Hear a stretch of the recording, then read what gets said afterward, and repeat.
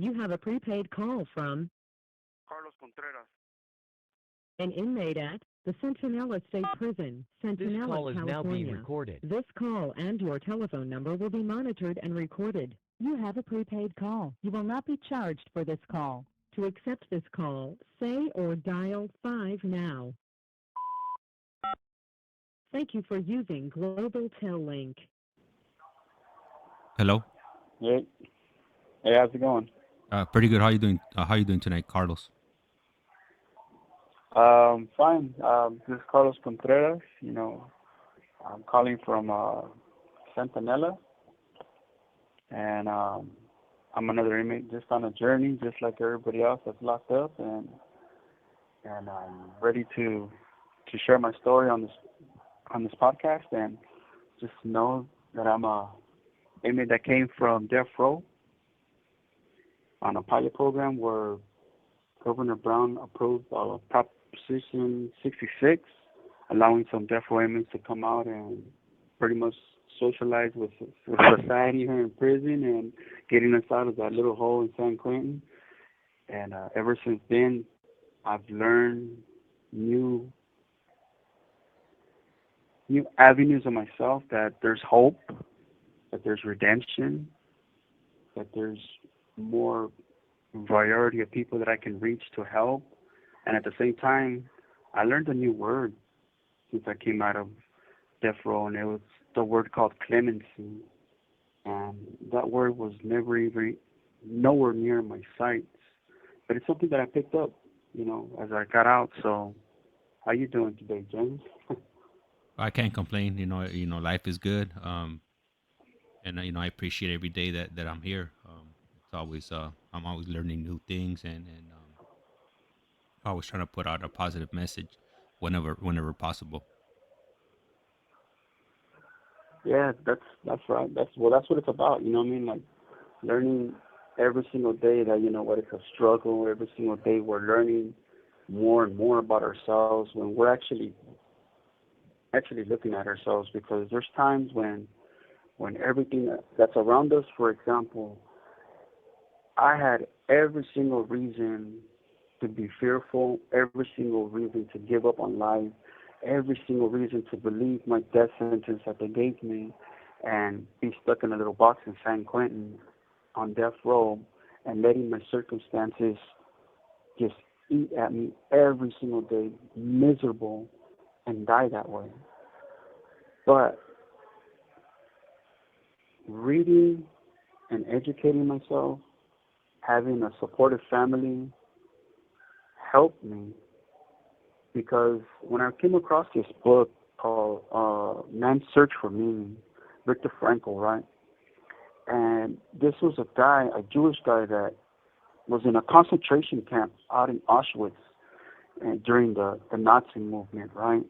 And so, man, when I read his story, his book about, you know what, they can take all my possessions from me, they can take the clothes off my back, but one thing that they could never take was his freedom to think and his freedom of faith, and to choose how he's going to feel, no matter what circumstance threw at him. He picture this. He was watching people daily being thrown in a furnace, daily being attacked by dogs, daily getting shot, and they were still going home every single night afterward, finding humor, laughing, choosing to laugh, choosing to have humor, choosing to pray, choosing to be joyful. He says it's a choice. They had every reason to be bitter, and scared and fearful, but they were still choosing to be joyful. So when I read that book and I compared it to my circumstance, I was like, oh, hell no. The question came up was, so if you died tomorrow, how are you going to die? And so I asked myself that question.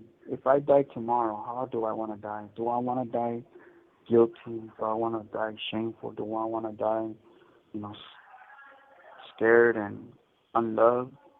I said, no.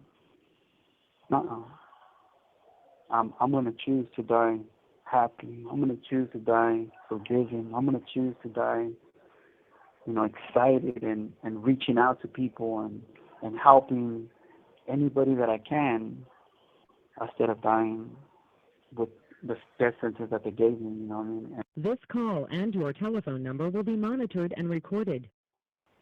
And so, yeah, like I've learned a lot of different layers of myself in there. And so I'm ready to just let a lot of people know all my struggles and all my growth. And a lot of it has to do with, a book that I read, which is called the Bible. I've learned to become a follower of Jesus Christ. And at the same time, because of that, that has helped me to understand a lot of things in life. It's a very knowledgeable book when you actually apply a lot of the stuff that he's saying. And when you live like that, like, it's not easy, but I know it's better than the way I try to live life, because my best efforts in life got me to death row. So I knew I needed change. I knew I needed to try something else. I knew that I couldn't do it on my own. And so when I was learning all these new lifestyles and all these stories in the Bible, or all these different books that I was reading of wisdom, like, just opened up my understanding and awakened me to a whole new lifestyle of living and thinking and perspective and purposes and goals and hope more than anything. Yeah. All right. Really appreciate you sharing that with us and with the audience that it's going to be listening to this in the future. So right now, I'm gonna go ahead Okay. and start off with our normal question. Our first normal question would be as a kid, what's your earliest childhood memory that you remember, whether it's good, bad, happy, any type of memory. What's a trip is that my earliest childhood memory was 4 years old, man. And we used to live on a ranch, right, up in Palm Desert. And all my siblings, my brothers, they're a little bit older than me. So I'm the middle child, right? I'm the one that gets neglected, nobody sees. I'm the one that was running around the corner and always left alone. And I had this best friend, man, which was my dog, named Lobo. He was with me. He was my companion. He was my friend. We'd go everywhere together. He'd protect me and everything.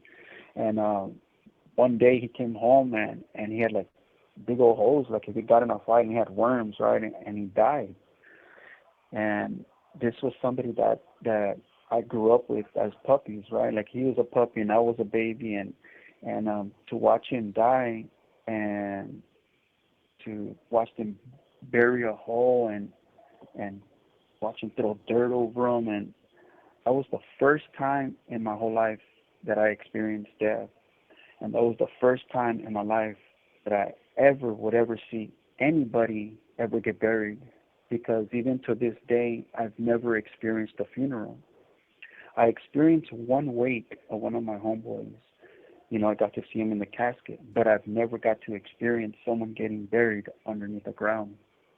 And because of that thought, I've I always thought that there was something wrong with me, because I didn't. When my grandma died, like I didn't feel nothing, right?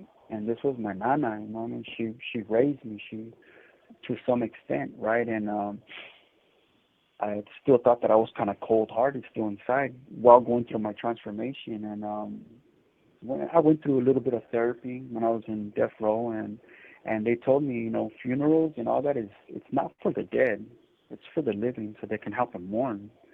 And I asked them the question, why didn't I feel something when they told me my grandma cried? Like, is it because I'm cold-hearted? And they're all like, no.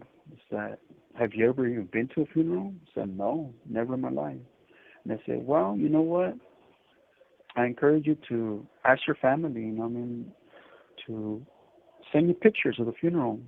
Everybody crying, everybody getting together and watching her in her casket, watching them bury her and everything, and relive the moment. Just take some time to yourself and meditate and act like if you're there and experience it, like if it's really happening. And so I did. Once I got the pictures, and you know what? It was the first time I ever experienced that emotion, and it was crazy because I never felt that emotion until when I was a little kid. It was like wow, like This call and your telephone number will be monitored and recorded.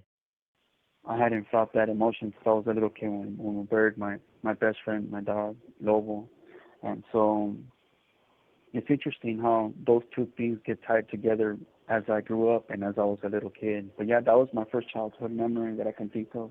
I was 4 years old. You know, it was the first time like something that stood out. It was that pain, of losing somebody. And would you mind sharing a happy memory that you had with Lovo? Oh man, like I remember when I would go into the ranch and go run around, in the palimas, he would be right there running with me, and like there was even times where other dogs would try to get close to me and try to attack me. He would protect me. He would bite them and everything, and like I felt like he was like my shield. And so those were like those happy moments, you know what I mean? Like those joyful moments. Like you felt protected, you felt safe, and and yeah, you know what I mean? Like just like little things like that I remember. And growing up in your household, were both of your parents in the household? How many brothers and sisters did you have in the household? At that time, it's my mom and my dad. My mom, and my dad, and it was my older sister Cynthia, my older brother Solomon, my other older brother Victor, and then it was me. So there was four of us at that time in that household, and we were all around the age. I was four. My brother was maybe like my older brother Victor was maybe like 7. My other brother was 10, and then my older sister was about 12. But total, there's 6 of us. There's 6 of us now, and my parents are, they were the kind that crossed the border, got their papers, and down the line they became citizens. But they were hard workers. They would both work real hard. They both worked all the time. So it was like my older brothers, they were our parents, kind of, give or say. They're the ones that actually took care of me and watched over me because my parents were too busy working. So I didn't really have parents growing up. It was actually my brothers and sisters. And growing up, how would you categorize your childhood? Was it a happy home, or what kind of how would you categorize your home life growing up? Oh, it was, we were poor, man. We were actually real poor, and and but it was that happy poor. We know we didn't have nothing, but when we would find something, we were like, I ain't gonna lie, we were so young. We would go around in these rich neighborhoods, and you know how people throw stuff away. We would pick them up out of people's trash cans and take it home, and that would be like our Christmas present. That would be like our parents couldn't afford skateboards or bikes. My brothers and them taught me how to steal. We would steal bikes, and that's how we ended up. Like that's one of the things my brothers taught me as a little kid, how to steal, and that's how I pretty much got a lot of my toys as a little kid. But pretty overall, it was a joyful home. It was, there was a little bit of alcohol, but there wasn't no violence. You know what I mean? They were like those happy drunks, and moderate drinking, like on the weekends after work, but not to the point where it was abusive. You have 60 seconds remaining. Not to the point where it was abusive. Not to the point where it was, not too loving either. Like a regular home, I guess you could say. So I felt like we were all there just existing, but no emotions. Like we were just pretty much like with no guidance, a lot of neglect, you can say, but overall joyful, though. You can say that.